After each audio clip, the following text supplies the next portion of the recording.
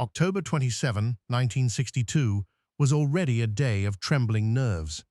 A Soviet Gulf-class ballistic missile submarine, K-19, prowled the dark waters off the coast of Cuba, its crew aware that they were a keystone in Nikita Khrushchev's gamble to tilt the balance of power.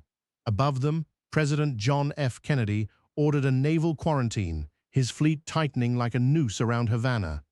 The world watched, breath held, as diplomatic channels strained under the weight of every intercepted transmission.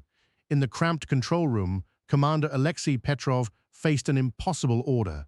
Intelligence had confirmed that a U.S. destroyer, USS Pueblo, had entered a prohibited zone and was preparing to fire warning shots at Soviet patrol craft. The standing rules of engagement permitted a single nuclear torpedo, an R-9 missile with a 5-kiloton warhead, to be used as a last resort. Petrov hesitated, his mind racing through the consequences of detonating a weapon that would instantly scar both sea and sky.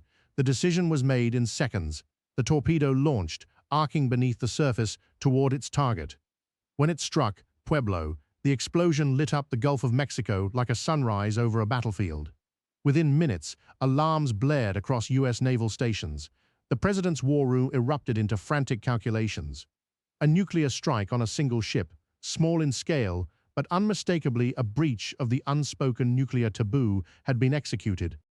The shockwave rippled through Washington and Moscow alike. Kennedy, already under immense pressure from his advisors, faced an unprecedented dilemma: retaliate with conventional force and risk escalation, or respond with a measured nuclear counterstrike that would signal resolve without igniting full-scale war. His National Security Council convened in the Oval Office, voices overlapping, each aware that any misstep could plunge the planet into annihilation. Across the Atlantic, Khrushchev received frantic reports from his naval command. The torpedo's detonation had confirmed the Soviet Union's willingness to cross a line previously considered sacrosanct. Yet the Soviet leadership also feared that an uncontrolled escalation would threaten their own cities, already within range of U.S. strategic bombers stationed in Europe. Both superpowers turned to their command authorities. In Washington, the Joint Chiefs of Staff drafted Operation Barrage, a limited nuclear response targeting Soviet naval assets in the Caribbean and a single airfield on Cuba.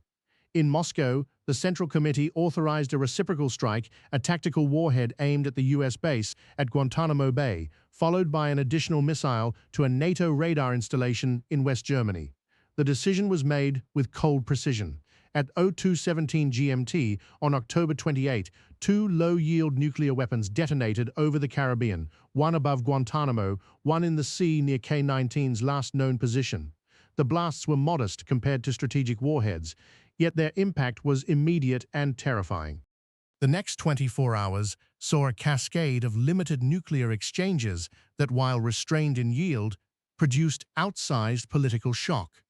Soviet missiles struck the U.S. naval base at Guantanamo Bay, contaminating the harbor with radioactive fallout and rendering the installation unusable for months. Simultaneously, American warheads crippled the Soviet submarine depot on Cuba's southern coast, destroying several diesel-electric boats still under construction. In Europe, a single tactical nuclear strike on a NATO radar site in West Germany forced the alliance to suspend air defenses across the continent. The blast sent a mushroom cloud visible from Paris, its fallout drifting eastward into Belgium and the Netherlands. Within hours, civilian populations reported nausea, skin burns, and an eerie silence as power grids flickered out. Both capitals issued emergency broadcasts urging calm while mobilizing reserve forces. In Washington, the president addressed the nation. His voice measured, "We have suffered a grave breach of peace. Our response is calibrated to restore balance, not to annihilate." Khrushchev's televised speech echoed the same sentiment, emphasizing that the Soviet Union acted only to defend its allies. The war lasted less than 48 hours. No further nuclear weapons were launched. Both sides recognized that any continuation would trigger a cascade of strategic exchanges capable of ending civilization. The ceasefire was declared not through formal treaties, but by an unspoken mutual understanding, an agreement to step back from the brink before it became inevitable.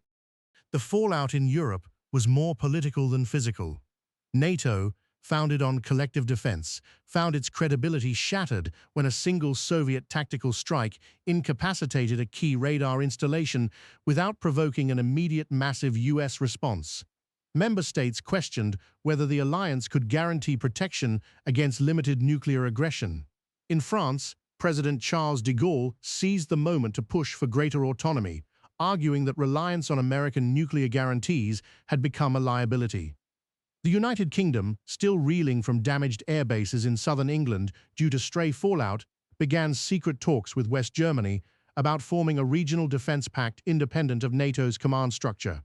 By early 1963, formal negotiations led to the dissolution of NATO as an operational entity.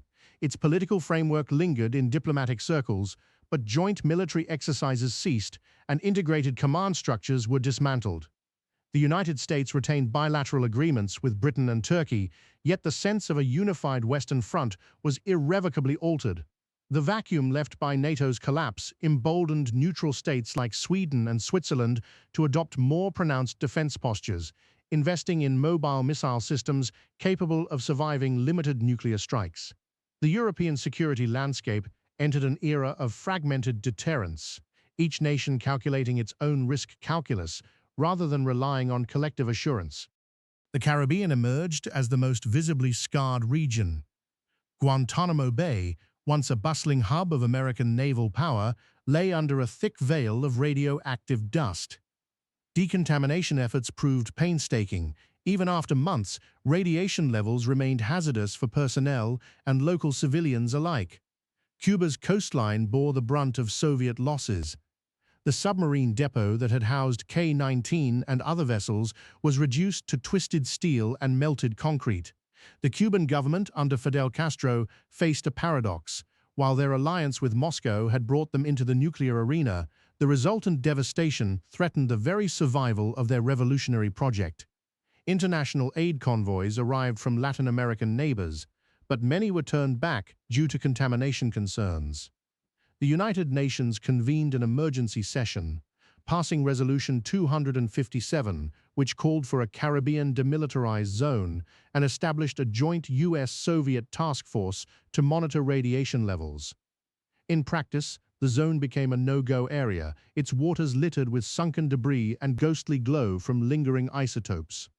Tourism collapsed, fisheries were poisoned, and a generation of Caribbean children grew up under a sky tinged with a faint, perpetual haze, a reminder that even a small nuclear exchange could render an entire region uninhabitable for decades. With Europe fragmented and the Caribbean rendered a radioactive wasteland, the world's power balance shifted dramatically. The United States, though bruised, retained its continental industrial base and a sizable strategic arsenal untouched by the limited war. Its focus turned inward, rebuilding naval facilities, reinforcing domestic air defenses, and reasserting influence over Latin America through economic aid rather than military presence. The Soviet Union, while suffering losses in Cuba, emerged with a reinforced narrative of resilience.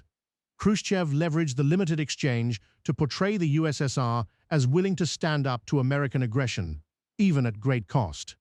However, internal dissent grew within the party. Many officials warned that further escalation would jeopardize Soviet cities already under US strategic targeting. China, observing the chaos, accelerated its own nuclear program, interpreting the events as evidence that a limited nuclear exchange could be survivable for major powers. By the late 1960s, Beijing possessed a modest arsenal, positioning itself as an alternative pole of deterrence in Asia. The United Nations, humbled by its inability to prevent the crisis, restructured its peacekeeping mechanisms. A new Strategic Stability Council was created, granting it limited authority to mediate any future nuclear incidents directly between the superpowers. Its effectiveness remained questionable, but it represented an attempt to institutionalize dialogue where ad hoc negotiations had previously failed. Beyond geopolitics, the human toll of the brief war lingered in countless personal stories. Survivors of USS Pueblo, who escaped the blast, recounted a blinding flash, followed by an oppressive silence, radiation burns that would later develop into cancers. families across the United States received letters from loved ones stationed on ships now condemned as contaminated zones, never to return. In West Germany, children born after the fallout bore subtle genetic mutations. Schools in affected towns reported higher rates of leukemia. The psychological scars were equally profound. A generation grew up with the knowledge that nuclear weapons could be used without igniting total war, fostering an uneasy acceptance of perpetual low-level threat. Cuban citizens faced displacement on a massive scale. Entire fishing villages vanished under ash and salt, forcing survivors into overcrowded refugee camps in neighboring islands.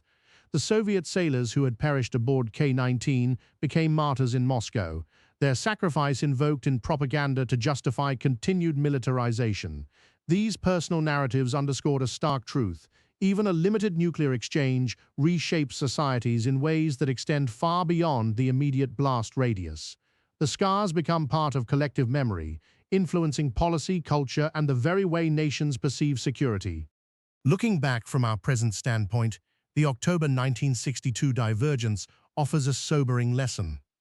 A single decision, launching a torpedo that many believed would be just enough to send a message, set off a chain of events that altered alliances, scarred continents, and redefined what a limited nuclear war could mean. The world avoided total annihilation, but at the cost of fractured cooperation, a permanently radioactive Caribbean, and a global order built on uneasy deterrence rather than shared security. The episode reminds us that the line between tactical use and strategic catastrophe is razor-thin. Once crossed, the consequences reverberate for generations. In the quiet moments after the alarms have faded, we are left with an enduring question. How many more times will humanity test that boundary before learning that any nuclear exchange, however small, leaves an indelible mark on our planet and our conscience? The answer remains to be written,